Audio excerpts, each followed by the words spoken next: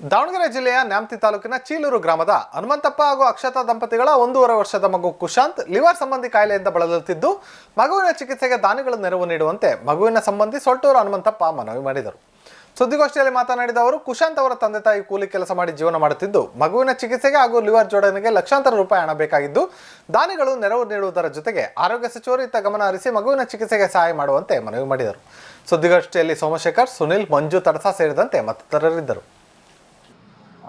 ದೊಡ್ಡಪ್ಪನೂ ಕೂಡ ಆಗಬೇಕು. ಹಾಗಾಗಿ ಈ ಒಂದು ಮಗುವಿಗೆ ಹೆಚ್ಚಿನ ಚಿಕಿತ್ಸೆ ಬೇಕು. ಹಾಗಾಗಿ ಆ ಮಗುವಿಗೆ ಹಣದ ಅವಶ್ಯಕತೆ ಇದೆ ಅಂತಂದೇಳಿ ನಾನು ನಿಮ್ಮ ಎಲ್ಲ ಪತ್ರಿಕೆ ಮೂಲಕವಾಗಿ ಜನತೆ ಕೇಳ್ಕೊಳ್ತಾ ಇದ್ದೀನಿ. ಹಾಗೆ ವಿಶೇಷವಾಗಿ ಏನು ನಮ್ಮ ರಾಜ್ಯದ ಆರೋಗ್ಯ ಸಚಿವರಿಗೂ ಕೂಡ ಈ ವಿಷಯನ ಕೇಳ್ತಾ ಇದ್ವಿ. ಆ ಮಗುವು ಒಂದೇ ಮಗು ಇರೋದ್ರಿಂದ ಅವರಿಗೆ ಕೂಲಿಯಿಂದ ಜೀವನ ಮಾಡ್ತಿದ್ದಾರೆ ಇವರು ಪೋಷಕರು. ಆ ಮಗುವಿಗೆ ಲಿವರ್ ಡ್ಯಾಮೇಜ್ ಆಗಿ ಸುಮಾರು 25 ಲಕ್ಷ ವೆಚ್ಚ ಆಗುತ್ತೆ ಅಂತಂದೇಳಿ ಡಾಕ್ಟ್ರು ಹೇಳಿ ನಿನ್ನೆ ರಾತ್ರಿ 8:00ವರೆಗೆ ಬೆಂಗಳೂರು ಇಂದಿರಾ ಆಸ್ಪತ್ರೆಗೆ ಮಗುವನ್ನು ಕಳಿಸ್ಕೊಟ್ಟಿದ್ವಿ. ಹಾಗಾಗಿ ಏನು ನಮ್ಮ ಪತ್ರಿಕಾ ವರದಿಗಾರರು ಏನು ಮಿತ್ರರು ಅಣ್ಣ ತಮ್ಮಂದಿರಿದ್ದೀರಿ, ಹೆಚ್ಚಿನ ಸಂಖ್ಯೆಯಲ್ಲಿ ಇದನ್ನು ಒಂದು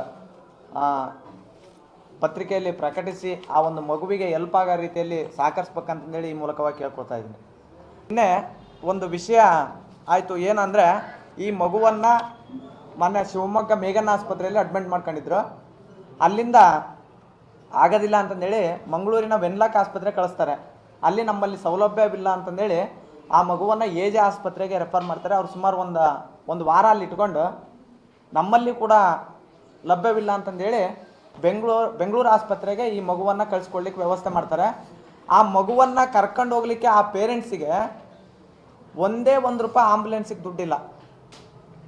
ನಾನು ಕೊನೆಯದಾಗಿ ಏನು ಮಾಡ್ತೀನಿ ಅಂದರೆ 1098 ಮಕ್ಕಳ ಹೆಲ್ಪ್ಲೈನಿಗೆ ಕಾಲ್ ಮಾಡ್ತೀನಿ, ಏನಾದರೂ ಅವಕಾಶ ಮಾಡಿಕೊಡ್ತಾರೆ ಫ್ರೀಯಾಗಿ ಅಂತ ಮಾಡಿದಾಗ ಅಲ್ಲಿ ಹೇಳಿದ್ದು ಒಂದೇ, ಯಾವುದೇ ವ್ಯವಸ್ಥೆ ಇಲ್ಲ ಅಂತ.